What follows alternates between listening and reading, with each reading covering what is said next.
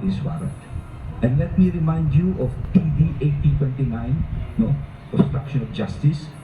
Ang sinasabi, any person who knowingly, willfully obstructs, impedes, or frustrates or delays the apprehension of suspects. June, ang tanongin naman kanina si Secretary Abalos kung sino-sino itong mga kakasuhan at kung mayroong mga kilalang personalidad. Ang sagot ni Secretary Abalos, bahala na ang PNP na mag-imbestiga at magsampa ng kaso. June? O Lea, papaano nalaman nila General Torre na nando doon sa building na ACQ School Ministry itong grupo o si Apollo Kibuloy?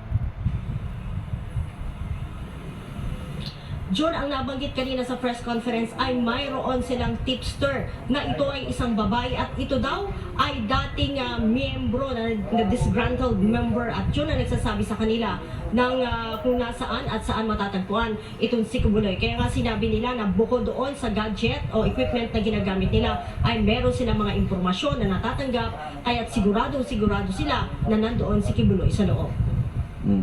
Dahil para patas tayo, no? Kasi sinasabi nga ni Secretary Abalos na ito'y kwentong kutsero. Pero ang sinasabi ng abogado ni Apollo Kibuloy na si Atty. Torion, na ang sabi daw ay galing daw ng bundok si Apollo Kibuloy bumalik sa compound. Dahil daw inaalala niya yung kanya mga membro, kinausap, at para huwag na daw lumala yung sitwasyon. At sa narrative nga ni Atty. Torion, dinitalya niya kung papaano yung pagsuko. Ang sinasabi niya, mula kay Colonel Silo, tapos kumonekta sa isang Philippine Army, tapos kumonekta sa gobernador ng Davao del Norte, hanggang sa napunta sa ISAF, hanggang sa napunta sa may mga kernel pa, at napunta doon sa General Macapas. Tama ba yun, Lea? General Macapas. Hanggang doon na nga yung negosasyon.